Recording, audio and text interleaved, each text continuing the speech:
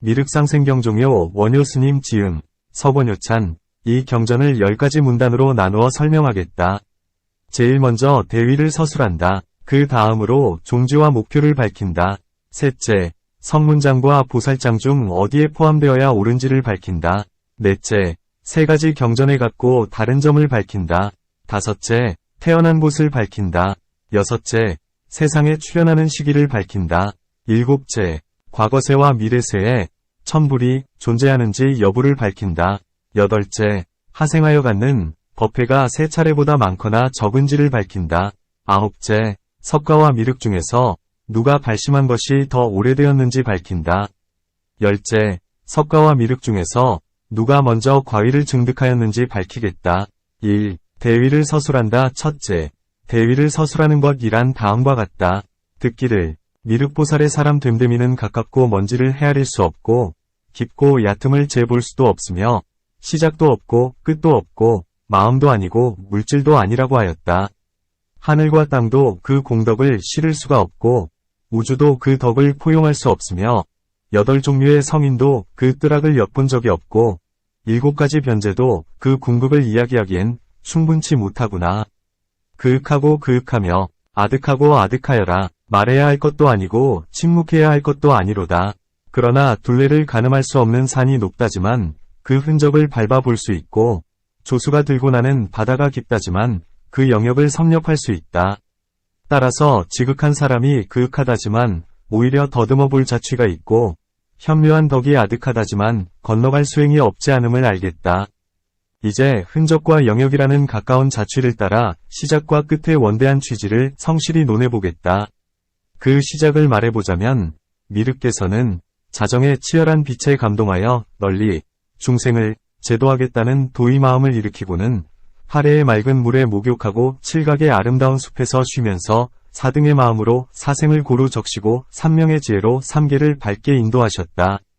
그 끝을 논하자면 진리의 구름으로 괴로움의 바다를 건너고 긴 꿈에서 부처님과 같은 깨달음을 일으켜 이장의 짙은 어둠을 물리치고 사지의 밝은 거울을 비추면서 육통의 보배수레를 타고 팔극의 광야를 논일 것이니 1000가지로 상응하고 10,000가지로 변화하며 펼치시는 사업이 어디 100억이 영토뿐이겠는가? 이제 이 경전에 대해 말해보자면 이것은 바로 지극한 사람이 하늘에 들이운 오묘한 자취를 간략히 찬탄하고 많은 사람들이 관찰행을 닦기를 권한 참된 경전이다. 미륵보살 은 한문으로 자시각사라하니 형법의 천불 가운데 바로 그 5번째 열애이시다.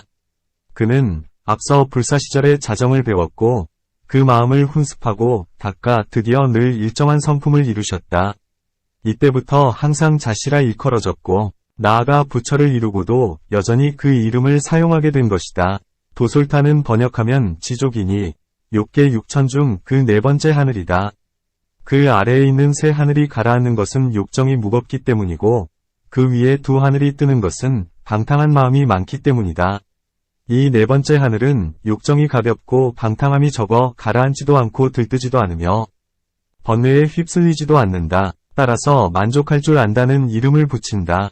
그곳에서는 받아서 사용할 모든 물품들을 힘들게 만들 필요 없이 생각만 하면 저절로 얻게 된다. 따라서 하늘이라는 이름을 붙인다. 미륵, 보살이 인간세계에서 하늘로 올라갔기 때문에 올라가 태어났다고 하였다. 수행자가 고요한 생각으로 깊이 살피는 것을 관찰, 관이라 한다. 황금 같은 입을 열고 옥구슬 같은 구절을 펼쳐 윤택한 법의 비를 흠뻑 내리고 부처 씨앗이 꽃과 열매를 맺게 하였기에 부처님의 말씀이라 하였다. 만약 사람들이 이 경을 배우고 외워 저 하늘을 관찰한다면 그들은 능히 오묘한 즐거움이 가득하고 청정한 처소에 태어나 지극한 사람인 자시를 받들 것이며 물러남이 없는 성인의 계위에 올라서 죽음이 있는 범부의 번뇌와 이별하게 될 것이다. 이런 큰 뜻을 들어 제목으로 표방하였기에 불설과미륵보살상생도솔타천경이라 한 것이다. 2. 경의 종지와 목표를 밝힌다. 명경종치. 다음에 둘째. 경전의 종지와 목표를 밝히는 것이란 다음과 같다. 이 경전은 진실로 관찰과 실천을 원인으로 얻는 결과, 관행인과를 그 종지로 삼고 사람들로 하여금 하늘 15에 태어나 영원히 물러남이 없게 하는 것을 목표로 삼았다. 관찰, 이라한 것에는 두 가지가 있다. 첫째는 저 하늘의 위보가 장엄함을 관찰하는 것이고, 둘째는 보살의 정보가 수승함을 관찰하는 것이다. 골똘히 그것만 생각하고 관찰하기 때문에 삼매라 한다. 하지만 수해가 아니라 오직 문해와 사해만 있기에 그저 번개불 같은 삼매, 전광삼매라고 한다. 그리고 경안이 없기 때문에 욕계에 태어나는 원인이 된다. 실천, 항이라한 것에는 대략 세 가지가 있다. 첫째는 큰 자비, 대자, 라는 이름을 듣고는 공경하는 마음으로 지난날 지은 죄를 뉘우치는 것이다. 둘째는 자시라는 이름을 듣고는 이 이름이 나타내는 덕을 우러르며 믿는 것이다. 셋째는 탑을 청소하고 땅을 고르며 향과 꽃을 공양하는 등의 여러 가지 일들을 실천하는 것이니 아래 미륵상생경 위 문장에서 말한 것과 같다. 이런 관찰과 이런 실천이 합쳐져 하나의 뿌리가 된다. 여기서 생겨나는 결과, 과에 대략 네 가지가 있다. 첫째는 싹과 줄기가 땅에서 나오는 결과이고, 둘째는 화사한 잎들이 시원한 그늘을 들이우는 결과이며, 셋째는 아름다운 꽃이 활짝 피어나는 결과이고, 넷째는 향긋한 과일이 맺히는 결과이다. 첫째, 싹과 줄기가 땅에서 나오는 결과란 지난날 지은 온갖 죄를 굴복시키고 없애는 것이니 이것은 첫 번째 실천을 원인으로 얻어지는 결과이다. 둘째, 화사한 잎들이 시원한 그늘을 들이우는 결과란 사막도나 변방이나 사견에 떨어지지 않는 것이니 두 번째 실천을 원인으로 얻어지는 결과이다. 셋째, 아름다운 꽃이 활짝 피어나는 결과란 도솔천에서 오묘한 의보와 정보를 얻는 것을 말하니 세 번째 실천을 원인으로 얻어지는 것이다. 넷째, 향긋한 과일이 맺히는 결과란 위없는 도에서 물러나지 않게 되는 것이니 앞에서 말한 두 가지 관찰의 위지에 얻어진다. 왜 그런가? 보살의 위보와 정보를 관찰하기 때문에 저 하늘에 태어날 때 직접 성인의 지도를 받고 위없는 보리에서 영원히 물러나지 않게 되는 것이다. 따라서 두 가지 관찰의 위지에 네 번째 결과를 얻는다. 자시라는 이름을 듣고 그 어진 분의 덕을 믿기 때문에 어진 성인의 이름을 들을 수 없는 곳에서 멀리 벗어나 항상 바른 견해를 따르고 그분의 권속이 된다. 따라서 이름을 듣는 것을 위지해 두 번째 결과를 얻는 것이다. 나머지 두 가지 원인과 결과도 서로에게 해당된다는 것을 알 수 있다. 이와 같이 관찰과 실천을 원인으로 결과를 성취하면 위없는 보리에 저절로 이르게 되니 이것을 도솔천으로 올라가 태어난 결과를 목표로 삼는 것이라 한다. 3. 성문장과 보살장 중 어디에 포함되어야 옳은지를 밝힌다. 명의장십이 다음에 셋째, 성문장과 보살장 중에 어디에 포함되어야 옳은지를 밝히는 것이란 다음과 같다. 이에 관해서 서로 다른 여러 주장들이 있다. 어떤 이는 이렇게 주장하였다. 이 미륵상생경은 소승의 가르침이니 성문장에 포함된다. 왜 그런가? 아일다는 범부의 몸을 가졌고 모든 번뇌를 아직 끊지 못했다. 고 설하였으며 또 그 결과는 십선을 행한 과보이다. 라고 설하였다. 이런 이유로 대승의 가르침이 아님을 알 수 있다. 어떤 이는 이렇게 주장하였다. 이 경은 진실로 대승의 가르침이니 보살장에 포함된다. 간략히 네 가지 문장으로 이 주장의 정당함을 증명하겠다. 첫째, 대지도론에서 이렇게 말한다. 성문장에는 보살대중이 나오지 않으니 마치 개울이 큰 바다를 포용하지 못하는 것과 같다. 보살장에는 보살대중과 성문대중이 나오니 마치 큰 바다가 온갖 물줄기를 포용하는 것과 같다고 하였다. 지금 이 경에는 이미 성문대중과 보살대중이 등장하고 있다. 따라서 이것은 대승이지 소승이 아님을 알 수 있다. 금강반야경에서도 처음 서분에는 비록 보살대중이 등장하지 않지만 뒤에 유통분에서 보살대중을 나열하고 있다. 따라서 그런 점으로 문제를 제기해서는 안 된다. 둘째, 미륵상생경 위 아래 문장에서 뇌도발제라는 큰 신이 시방의 부처님께 예배하고 큰 서원을 일으켰다. 고 설하였다. 따라서 이것은 대승이지 소승이 아님을 알 수 있다. 소승의 가르침에는 시방의 부처님이 등장하지 않기 때문이다. 셋째, 미륵상생경 위 아래 문장에서 미륵보살은 물러나지 않는 지위에서 법륜을 굴리는 수행을 하루 종일 항상 설할 것이며 한때를 경과하는 동안 500억 명의 천자들을 얻어 위없는 보리에서 물러나지 않게 할 것이다. 라고 하였다. 이런 말씀은 실로 소승의 가르침에 포용될 수 있는 것이 아니다. 따라서 이것은 대승이지 소승이 아님을 알 수 있다. 넷째, 설하신 이 경을 듣고 다른 세계에서 찾아와 모였던 10만 보살이 순응엄삼매를 얻고 8만억의 여러 하늘이 보리심을 일으켰다. 고하였으니 이 미륵상생 경에 위거해 보살의 행원을 더욱 늘린 것이다. 따라서 그들이 들은 것이 바로 대승의 가르침임을 알 수 있다.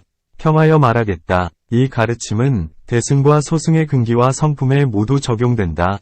위없는 보리심을 사랑하고 존경하는 자, 미륵의 제자가 되고자 하는 자, 이렇게 관찰하도록 하라, 라고 말한다. 자세히 말씀한 것과 같다. 따라서 소승이기만 하면 대승을 포용하지 못하지만 대승은 소승을 포용할 수 있다. 따라서 종지로 삼은 바를 따르자면 보살장에 포함된다. 이런 까닭에 두 번째 논사의 주장이 옳다. 만약 두 번째 주장이 옳다면 첫 번째 논사가 인용한 문장은 어떻게 아울러 이해해야 하는가? 답, 우바리가 아일다는 범부의 몸을 가졌다. 등등으로 말한 것은 바로 소승들이 집착하는 해석을 들어 질문한 것이다. 하지만 부처님께서 대답한 문장에 몸을 에워싼 둥근 빛 속에 순응엄삼매와 반야바라밀의 글자와 뜻이 찬란히 빛날 것이다. 라고 하신 말씀은 바로 십지에 오른 보살의 계위를 표현한 것이다. 이 삼매는 그 지위에서 나타나기 때문이다. 또 십선의 과보가 나타난다. 십선보응, 고 하신 말씀은 보살이 십선을 행한 과보가 실로 시방세계에 두루하다는 것을 밝히고자 한 것이지 오직 이곳 34에만 있다는 것은 아니다. 다만 중생의 근기에 상응하다 보니 그 하늘에만 국한해서 보이신 것이다. 이런 이유로 십선의 과보가 나타난다. 고 말씀하신 것이다. 이런 도리를 근거로 대승의 가르침에 두루 합치하니 아래 문장에서 설령 내가 이 세상의 일소법을 머물면서 일생보처 보살이 과보로 받는 것들과 십선의 결과를 자세히 말한다 해도 끝까지 다 설명하지는 못할 것이다. 라고 말씀하신 것과 같다. 따라서 오직 십선의 결과라는 뜻으로만 과보가 나타난다. 고 표현하신 것이 아니고 청정한 과보로 중생의 근기에 상응하는 것 역시 보여주셨음을 알 수 있다. 이러한 뜻에 위거하였기 때문에 과보가 나타난다. 고 말씀하신 것이지 오직 실제 과보만 십선의 결과라고 한 것은 아니다. 이를 근거로 하면 대승의 도리에 어긋나지 않는다. 여기서 말씀하신 보살의 장엄한 의보와 정보는 온갖 수행에 감응한 실제 과보인가? 근기에 따라 감응하여 변화된 모습인가? 만약 전자에 해당한다면 범부가 볼 수 있는 것은 아니니 이런 과보는 나타나는 것이 아니다. 만약 후자에 해당한다면 시방세계에 두루 있지 못하니 이렇게 나타난 것은 과보가 아니다. 어떻게 보살의 과보가 나타난다? 고 말할 수 있는가? 답, 그 낱낱의 모습들이 모두 차별되는 범위가 있지만 그 차별되는 범위를 파괴하지 않고 각기 시방에 두루 있는 것이다. 시방에 두루 있는 측면은 범부가 볼 수 있는 것이 아니다. 그 차별되는 범위의 측면이 바로 범부들이 목격하는 것이다. 이처럼 차별된 범위가 있는 것이 곧 두루한 것이고 두루한 것이 곧 차별되는 범위가 있는 것이라서 장애도 없고 걸림도 없으며 구별됨도 없고 차이도 없다. 이와 마찬가지로 공덕은 실제 과보가 아닌 것이 없지만 각자에 따라 보이는 것은 상응한 변화가 아닌 것이 없다. 이러한 도리에 위거했기 때문에 과보가 나타난다. 고 설하신 것이다. 사실을 말하자면 원인이 온갖 수행을 갖추고 있고 결과가 온갖 덕을 포함하고 있다. 다만 여기서는 하늘에서 과보가 나타나는 것에 국한해서 설명한 것이다.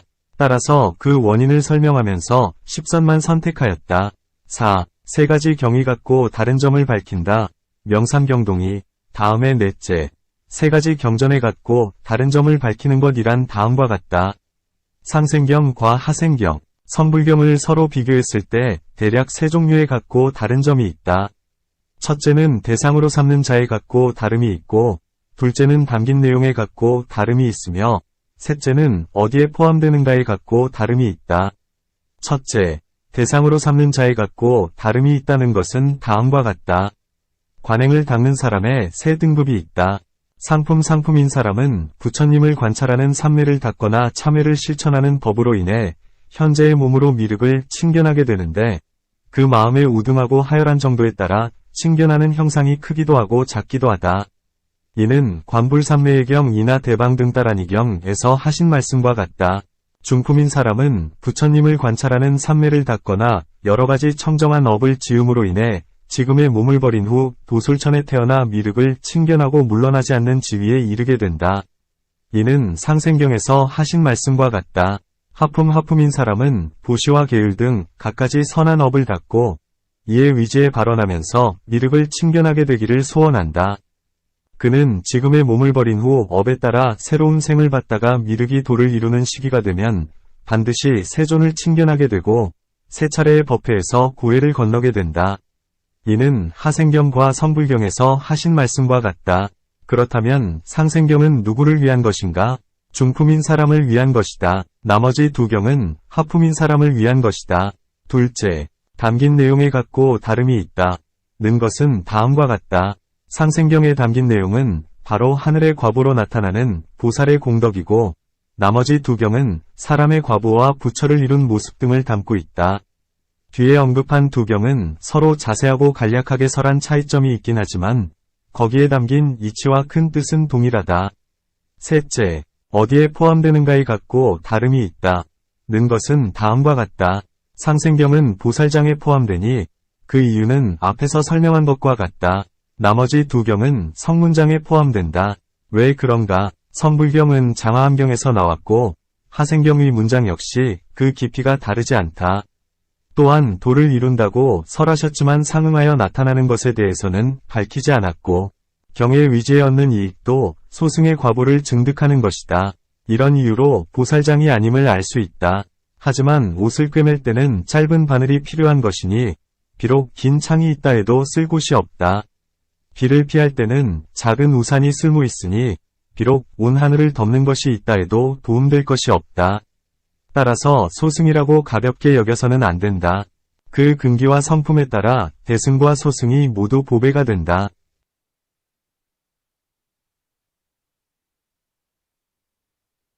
5. 미륵이 태어난 곳을 밝힌다. 명생신처소.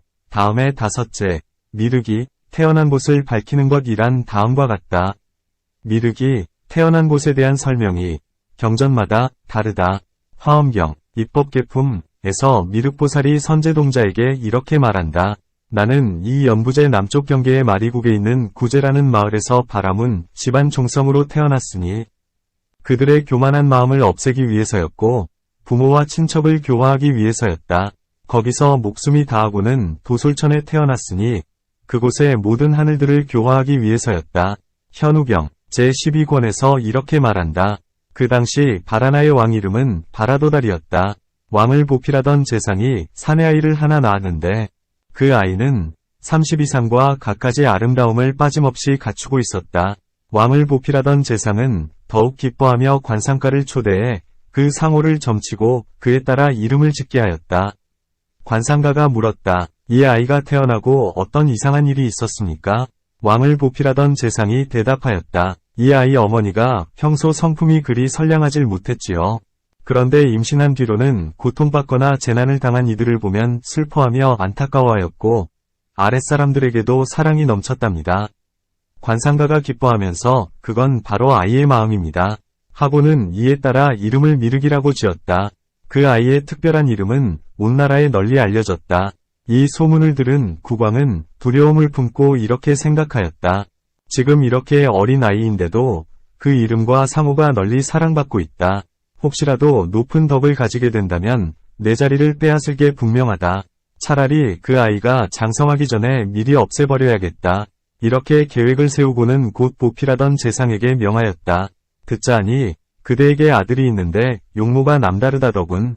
그대가 데려올 수 있겠는가? 내가 보고 싶다. 그 아이에게 외삼촌이 있었는데 이름은 바바리이고 파리부라국의 국사로 있었다.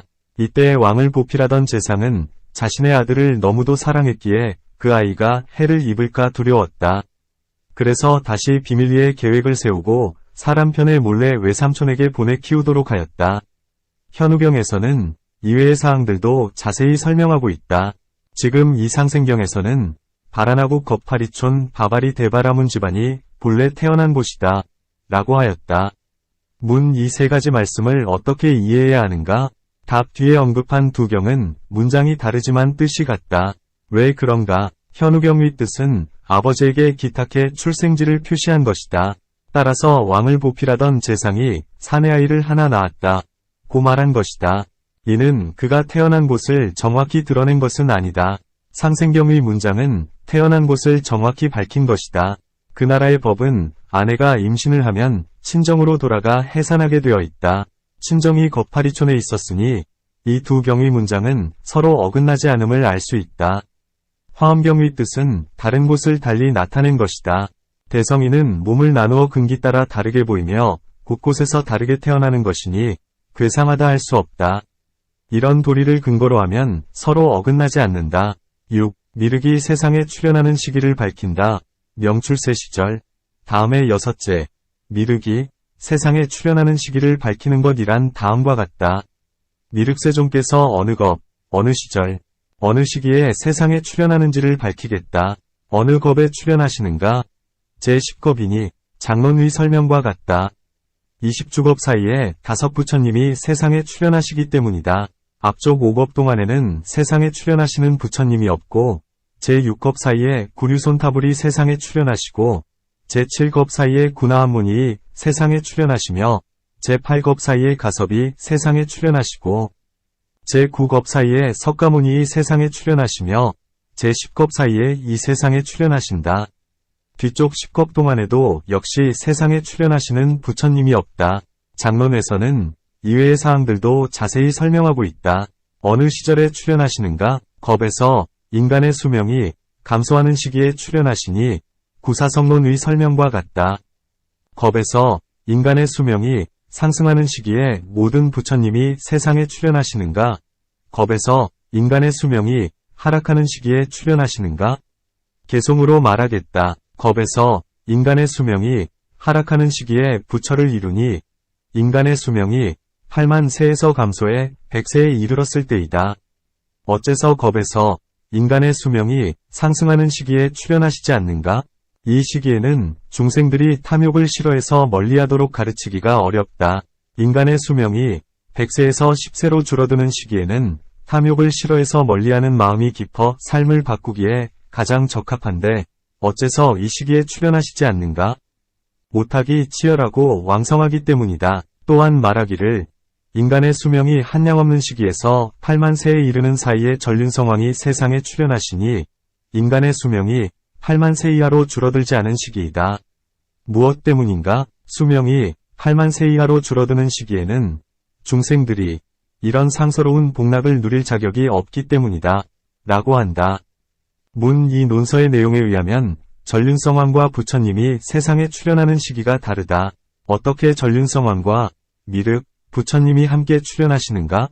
답 전륜성왕이 태어날 때는 아직 인간의 수명이 8만 세 이하로 줄어드는 시기가 아니다. 말년에 비로소 인간의 수명이 8만 세 이하로 줄어드는 시기에 이른다. 따라서 전륜성왕과 미륵불이 서로 만나게 된다. 형법경에서 인간의 수명이 조금씩 늘어나 6만 세에 이를 때 전륜성왕이 나타난다. 그렇게 전륜성왕이 차례로 이어지다가 7번째 전륜성왕 시절이 되면 인간의 수명이 8만 4천 세가 되고 미륵이 출현하신다. 고 말씀하신 것과 같다. 대미륵성불경 역시 인간의 수명이 8만 4천 세인 시기이다. 라 하였고 아함경과 현우경에서는 8만 세라고만 논하였다. 구사론에서는 인간의 수명이 길어지는 한계가 8만 세이고 짧아지면 10세에 이른다. 고 하였다. 위 내용들을 검토해보겠다.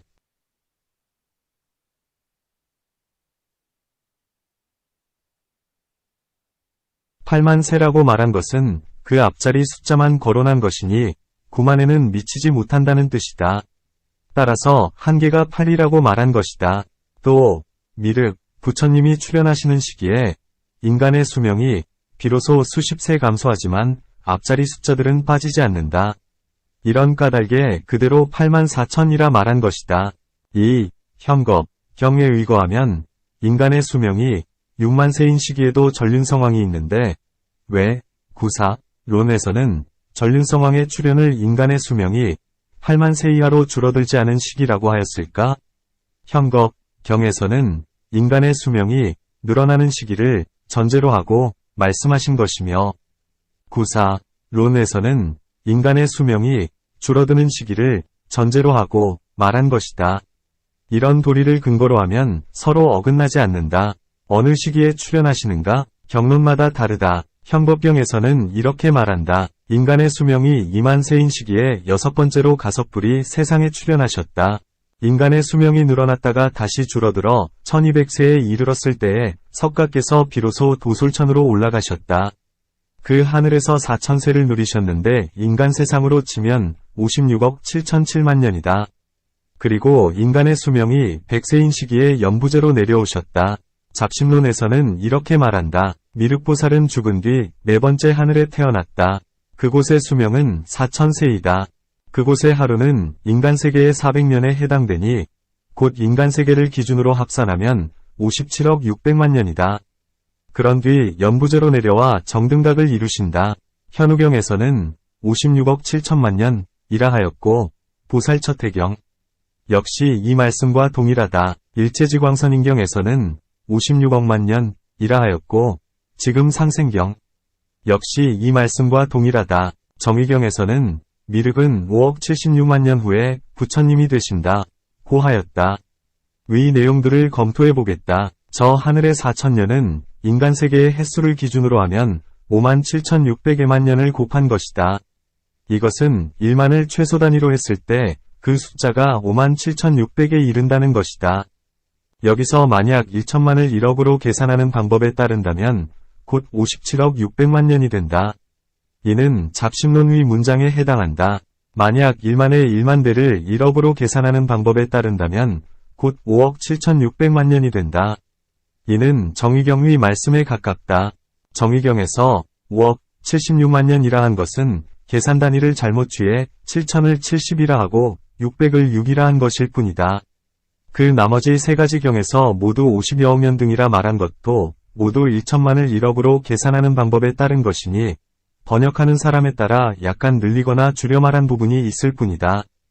하늘과 인간의 횟수를 대비시켜보면 이와 같다. 하지만 여기에도 복잡한 난제들이 여러 가지가 있다. 무엇인가? 구사론에서 다음과 같이 말하였다. 이와 같이 이곳 연부제 중생의 수명은 끝까지 늘어나도 이 8만 세가 한계이다. 이 시기에는 모든 인간이 편안히 앉아 즐거움을 누리기에 달려들어 구하는 것이 없으며 수명이 8만 세로서 아승기 세월 동안 산다.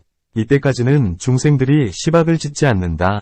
시박업을 짓기 시작하는 시절부터 인간의 수명이 이로 인해 100세 줄어들고 100년이 지날 때마다 곧 10세씩 줄어든다. 58. 입세아비담론에서는 이외의 사항들도 자세히 설명하고 있다.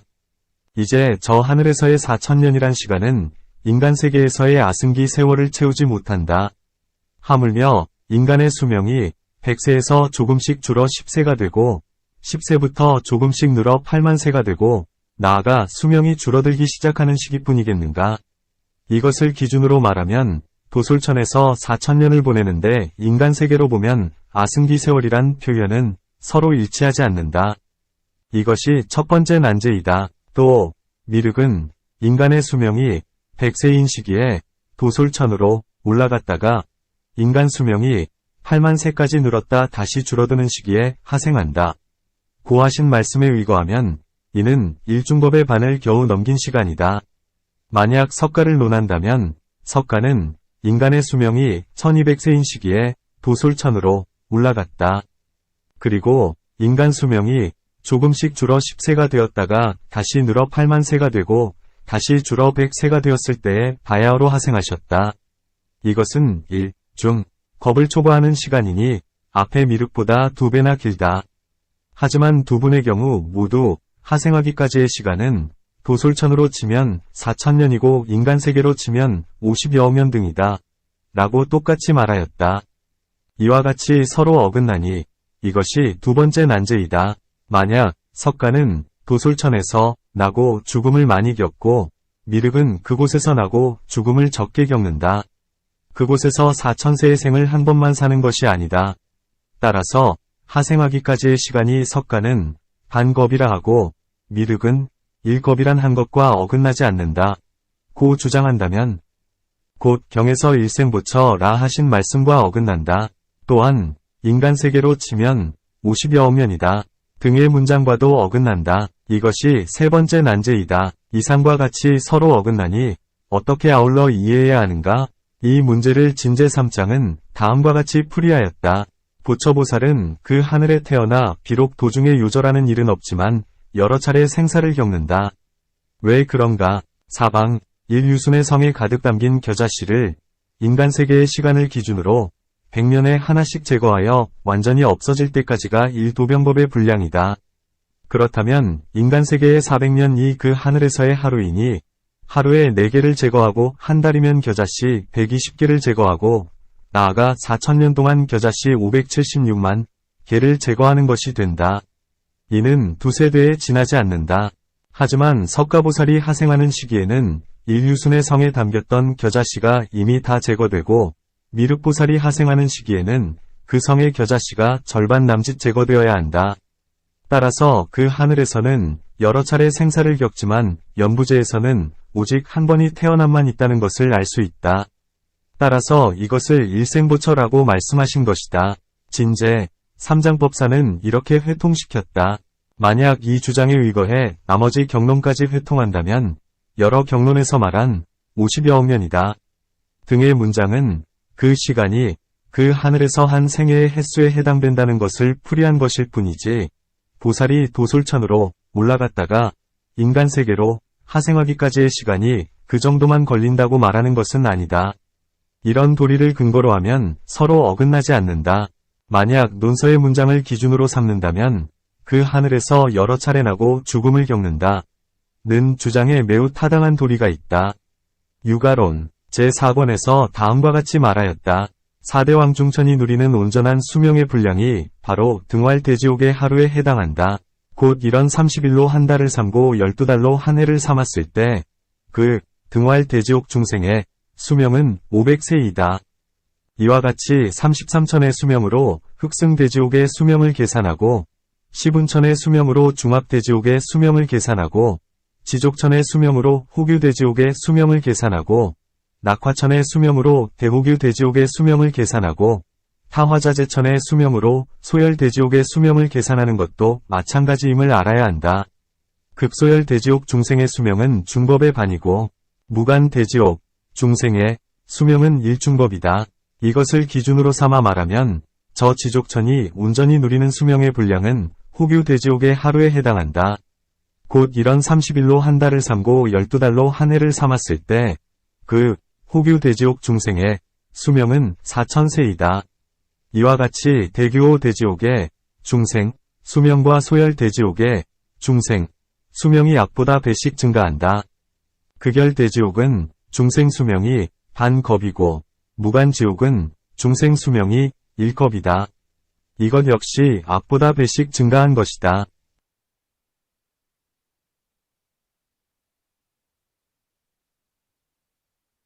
그런데 지금 미륵보살이 지족천에서 반겁 남짓의 시간을 보내고 석가보살이 그 하늘에서 1겁 남짓의 시간을 보낸다고 하였다. 호규대지옥에서 한 번이 생애를 보내는 시간만 계산해도 그 하늘들은 무수한 생사를 이미 겪은 것이 된다. 하물며 반겁이나 1겁의 시간을 보내는 동안이겠는가? 7. 과거세와 미래세에 천불이 존재하는지 여부를 밝힌다. 명의세 의무 다음의 7째. 과거세와 미래세에 천불이 존재하는지 여부를 밝히는 것이란 다음과 같다. 자시부처님이 세상에 출현하시는 것은 현법에서 일어나는 일이다. 현법에 천불이 출현하신다는 것은 여러 경에서 동일하게 말씀하신 바이다. 하지만 과거세와 미래세 이 두 겁에 천불이 계시는지 아니면 계시지 않는지에 대해서는 경전의 말씀들이 일치하지 않는다. 예를 들면 관야광약상경에서는 석가불께서 이렇게 말씀하셨다. 나는 그 옛날 묘광불 말년의 불법으로 출가해 이 53불이 이름을 듣고는 환희심이 솟아나게 되었다. 그래서 그 뒤로 이 사람 저 사람에게 가르쳐 주었고 나아가 3000명이 한 목소리로 찬탄하고 한 마음으로 공손히 예배하여 즉시 수없는 억겁에 나고 죽으면서 지었던 죄를 초월하기에 이르렀다. 그들 가운데 초반부의 1000명은 화광불을 선두로 하여 아래로 비사불에 이르기까지 장원법의 부처님이 되셨으니 과거 천불이 이분들이다. 중반부의 1000명은 구류손불을 선두로 하여 아래로 누지불에 이르기까지 형법의 차례로 부처님이 되셨다. 후반부의 1000명은 일광열애를 선두로 하여 아래로 수미상불에 이르기까지 성수겁의 부처님이 되실 것이다. 이 경위 문장에 위거하면 3세에 천불이 계신다. 대지도론 제9권에서는 이렇게 말한다. 전반부 90겁에 세 부처님이 계시고 그 뒤 1겁에 천불이 계신다. 그 90겁 중 제1겁에 비바시불이 계시고 제30겁에 두 부처님이 계시니 한 분은 이름이 시기이고 또 한 분은 이름이 비노파분에 부처님이 계시니 첫째는 이름이 가라구손타이고 둘째는 이름이 가나안무니이고 셋째는 이름이 가석불이고 넷째는 이름이 석가모니이다. 형법경에서는 이렇게 말하였다. 구류진불부터 999번째 부처님까지는 모두 겁의 전반부에 출연하신다. 그 뒤 누지불이 있어 혼자서 나머지 반 겁을 사용하신다. 누지불이 인멸하신 후 다시 62겁 동안은 부처님 없이 그냥 지나간다. 그 시간이 지나고 한 부처가 출연하시니 그 명호가 정광칭왕이고 수명은 10소겁이시다. 이 부처님이 가신 뒤에는 다시 300겁 동안 역시 부처님 없이 그냥 지나간다. 문이, 형겁, 경과, 대지도, 론에 위거하면 과거와 미래 이 겁에는 천불이 없어야 마땅합니다. 이를 어떻게 이해해야 하는가? 답 있다고 하고 없다고 하는 두 주장이 모두 진실이고 헛되지 않다. 왜 그런가? 중생들이 근기 따라 보고 듣기에 있다. 없다로 단정할 수 없다. 따라서 있다거나 없다는 주장 모두 서로를 방해하지 않는다. 문형겁은 그 분량이 얼마나 되는가? 누지열애께서 혼자 반겁을 사용한다고 하셨는데 한 번이 삶이 이어지는 것인가? 그렇다면 이는 한 번이 수명이 된다. 여러 차례 지나간다는 것인가? 그렇다면 여러 번이 수명이 된다. 답 금강역사경에서 다음과 같이 말한다. 옛날에 전륜성왕의 아들 1000명이 발심하여 부처가 되기를 소원하였다. 왕은 그들 가운데 누가 먼저 부처님이 될지 시험해보고 싶었다. 그래서 1000개의 제비를 향수로 씻고는 1000명의 아들에게 하나씩 뽑게 하였는데 1번을 뽑는 자가 가장 먼저 부처님이 되는 것이었다. 이와 같이 999 불의 순서가 정해졌고 가장 어린 막내 아들이 1000번째 부처님으로 정해졌다. 그러자 여러 형들이 그를 놀렸다. 우리가 부처님이 되어 사람들을 모조리 교화하면 네가 나중에 부처님이 된 뜰 누구를 제도하겠느냐? 막내 아들은 이 말을 듣고 슬피 울다가 한참 후 다시 생각해 보았다. 세계는 끝이 없고 중생도 다함이 없습니다. 제가 이제 발언하오니 제가 나중에 부처님이 되는 시절에는 수명이 여러 형들의 수명을 합한 것 과같게 하시고 제도하는 중생의 수 역시 여러 형들 이 제도하는 중생을 합한 것 과같게 하소서. 그러자 대지가 진동하였고 부처님이 그에게 수기하셨다. 이 인연 때문에 홀로 반겁을 사용하는 것이고 목놓아 울었기 때문에 이름을 제육불이라 하는 것이다. 이때 여러 형들은 곧 금강신이 되어 누지불을 보호하겠다고 소원하였다. 형법경에서도 이와 똑같이 말한다. 이러한 경위 문장에 위거하면 누지불은 한 번의 수명이 모든 형들의 수명을 합한 것과 같다. 한 번의 수명이라 말한 까닭은 수량은 많지만 한 번의 삶이 되고 하나의 본체가 유지되는 기간이며 하나의 이름이 나오기 때문이다. 형겁의 분량에 대해서는 전해오는 말씀에 64겁이 1대 겁이 되고 이를 형겁이라 한다. 등으로 설명하였다. 왜 그런가? 화겁, 수겁, 풍겁이 한 바퀴를 돌고 나면 모두 합쳐 64겁이 되기 때문에 이것으로 이 기간을 한정한다. 8. 미륵이 하생하여 갖는 법회가 세 차례보다 많거나 적은지를 밝힌다. 3의 증감, 다음의 8째. 미륵이 하생하여 갖는 법회가 세 차례보다 많거나 적은지를 밝히는 것이란 다음과 같다. 회통에 논하자면 한 번 화연하여 법을 설하는 모임에도 다시 무수한 모임이 있다. 어떻게 오직 세 차례 모임에서만 설법하신다고 할 수 있겠는가? 제도한다는 중생의 숫자도 이전 부처님께서 남겨두신 제자들을 제도하는 기준에 따른 것이다. 여러 부처님께서 이전 부처님이 남겨두신 제자들을 제도하는 것을 회통에 논하자면 이것 역시 꼭 세 차례의 법회만 있는 것은 아니다. 한두 차례의 이전 부처님께서 남긴 제자들을 모두 제도하는 경우도 있고 4차례나 5차례 나아가 10차례의 모임을 가지는 경우도 있다. 하지만 지금 석가와 미륵 두 부처님은 똑같이 3차례의 법회로 이전 부처님의 제자들을 모두 제도한다는 것이다. 다만 그 제도하는 중생의 숫자에는 많고 적음이 있다. 보살처태경에서 부처님께서 미륵에게 하신 말씀과 같다. 그대는 쾌락한 나라에 태어나리니 괴로움이 누적된 설한 법은 너무 어려웠다. 첫 번째 설법에서는 96억 명, 두 번째 설법에서는 94억 명, 세 번째 설법에서는 92억 명을 제도하리라. 나는 첫 번째 설법에서는 12명, 두 번째 설법에서는 24명, 세 번째 설법에서는 36명을 제도하였다. 그대가 법을 설하는 세 차례 법회의 참석자들은 바로 내가 앞서 교화했던 사람들이다. 96억 명은 5개를 수지했던 자들이고 94억 명은 3귀에게를 수지했던 자들이고 92억 명은 한 번이라도 부처님께 귀의합니다라고 말했던 자들이다. 그대의 아버지 법마정이 8만 4천 명을 거느리고 올 것이니 그들은 앞서 내가 교화했던 자들이 아니다. 이들이 바로 그대가 깨우쳐 제도할 자들이다. 보살처태경에서는 이외의 사항들도 자세히 설명하고 있다. 이를 검토해보면 세 차례 법회는 오직 소승의 제자만 제도하는 것이니 모두 아라한과를 증득하기 때문이다.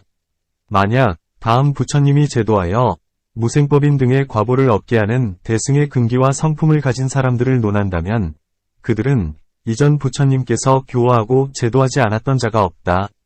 따라서 세 차례나 네 차례 등으로 한정할 수 없다. 이에 대한 자세한 내용은 해당 문장이 나오는 곳에서 설명하겠다. 9. 석가와 미륵 중에서 누가 발심한 지 오래되었는가를 밝힌다. 명발심국은 다음의 9째.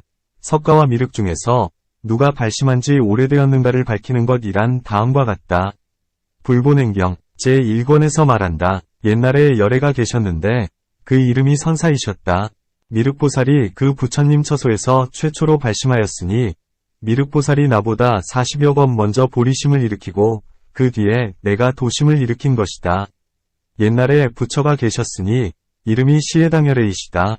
내가 그 부처님 나라에서 전륜성왕이 되었으니 이름이 뇌국노궁이었고 처음으로 도심을 일으켰다. 지도론 제24권에서는 석가모니불께서는 미륵 등 여러 보살과 같은 시기에 발심하셨지만 정진의 힘 덕분에 국업을 뛰어넘었다. 고하였다. 검토해보면 석가와 미륵의 발심 시기에 대해 각기 여러 주장들이 있는데 동시라 하건 앞뒤가 있다고 하건 모두 문제될 것이 없다. 문, 대지도, 론에서 석가께서 뛰어넘었다고 말한 국업은 대겁인가? 소겁인가? 만약 이것이 대겁이라면 같은 겁에 성불하시는데 어떻게 뛰어넘었다는 말을 할 수 있는가? 만약 이것이 소겁이라면 석가는 미륵에 바로 1겁 앞에 나타나는데 어떻게 국업을 뛰어넘을 수 있는가? 만약 석가는 미륵의 국업 뒤에 성불해야 마땅하겠지만 이제 같은 겁의 도를 이루었다. 따라서 국업을 뛰어넘었다고 말할 수 있다고 한다면 왜 같은 시기에 발심했다고 말했는가? 답 여기에서 뛰어넘은 것은 대겁을 기준으로 한 것이다. 왜 그런가? 겁을 뛰어넘었다고 말한 것은 실제 행동을 취한 게 아니라 다만 획득한 자취에 의거해 그가 뛰어넘었음을 보인 것뿐이다. 말하자면 사마승기 세월을 완전히 채운 뒤 아름다운 상호를 갖는 업을 닦으려면 100겁을 보내야 마땅하다. 그런데 석가는 91겁의 원만히 닦았다. 따라서 9겁을 뛰어넘었다고 말한 것이다. 대지도 론에서 제91겁의 천불이 세상에 출현한다. 고 말하였다. 따라서 뛰어넘었다는 그 9겁 역시 대겁임을 알 수 있다. 그리고 이 두 보살이 같은 시기에 일으킨 것은 아직 확고하지 않은 마음이다. 만약 확고하게 발심한 시기를 논한다면 미륵이 발심하고 9겁 뒤에 석가가 비로소 확고한 마음을 일으킨 것이다. 따라서 9겁 뒤에 성도해야 마땅했던 것이다. 하지만 이제 9겁을 뛰어넘어 같은 겁에 함께 있게 된 것이다. 이 대지도 론은 저 최초에 확고하지 않은 발심을 기준으로 삼았기 때문에 같은 시기에 발심했다고 말할 것일 뿐이다. 이와 같은 도리에 위거하면 서로 위배되지 않는다. 다른 곳에서 12겁을 뛰어넘었다고 말한 것도 이것에 준하여 이해해야 한다. 10. 과위를 증득한 시기가 석가와 미륵 중 누가 앞서는지를 밝힌다. 명증과 전후 다음에 10째. 과위를 증득한 시기가 석가와 미륵 중 누가 앞서는지를 밝히는 것이란 다음과 같다. 10주단결경에서 이렇게 말한다. 미륵보살이 이제야 보살행을 익히는 걸까? 그렇게 보지 말라. 무엇 때문인가? 자씨가 항아모래알 수만큼의 겁동한 보살행을 쌓고 먼저 서원을 세워 등정각을 이루었으며 내가 바야흐로 보살행을 익혀 그 뒤에 있게 된 것이다. 이것을 검토해보면 미륵의 본체는 석가보다 앞서 과위를 증득한 것이다. 하지만 석가께서 과위를 증득한 것에 대해서는 경의 말씀들이 일치하지 않는다. 예를 들면 인과경에서는 선해보살이 공덕행을 원만히 성취하여 십지의 지위에 올랐고 일생보처에 있으면서 도솔천에 태어나 이름을 성선백이라 하였다. 고 말한다. 법만경에서 이렇게 말한다. 아금노사나 내 이제 노사나불로서 방좌연화대 바야흐로 연화대에 앉았더니 주차 천화상 두루 에워싼 일천송이 꽃 위에 복현천석가 다시 일천석가가 나타났네. 일화백억국 한 송이 꽃에 100억 나라가 있고 일국일석가 한 나라마다 한 분의 석가가 있어 각자 보리수 아래 앉아 일시성불도 동시에 부처의 도를 이루었다네. 법만경에서는 이외의 사항들도 나아가 자세히 말한다. 이것을 검토해보면 자취의 위거의 본체를 표현한 것이다. 선해보살이 도솔천에 태어났을 때 본체는 십지에 있었고 석가열애께서 보리수 아래 앉았을 때 본체는 바야흐로 과위를 증득한 것이다. 또 법화경, 열애, 수량품에서는 내가 실제 성불한 뒤로 한량 없고 끝없는 100천만억 나유타 겁이 흘렀다. 고하고 나아가 자세히 설명하였다. 이것을 검토해보면 석가께서 과위를 증득한 시기는 오래된 면도 있고 가까운 면도 있다. 미륵이 도를 이룬 시기도 이를 예로 삼으면 역시 그럴 것이니 진실로 여러 본체가 함께 하나의 자취를 드리웠기 때문이다. 따라서 말은 다르지만 모두 진실 아닌 것이 없다. 이와 같은 도리에 위거하면 서로 어긋나지 않는다. 미륵상생경종요 끝. 바라나 한문으로 강여, 강이 감아 돌다 라 한다. 거팔이 한문으로 착촉록이 해골을 든 귀신 라 한다. 바발이 한문으로 수호, 보호하다 라 한다. 기타 한문으로 전승, 전쟁에서 승리하다 이라 한다. 수달 한문으로 선온, 선량하고 따뜻하다 이라 한다. 원경 2년 878 7월 10일 정심원 정소에서 교정하였다. 서범민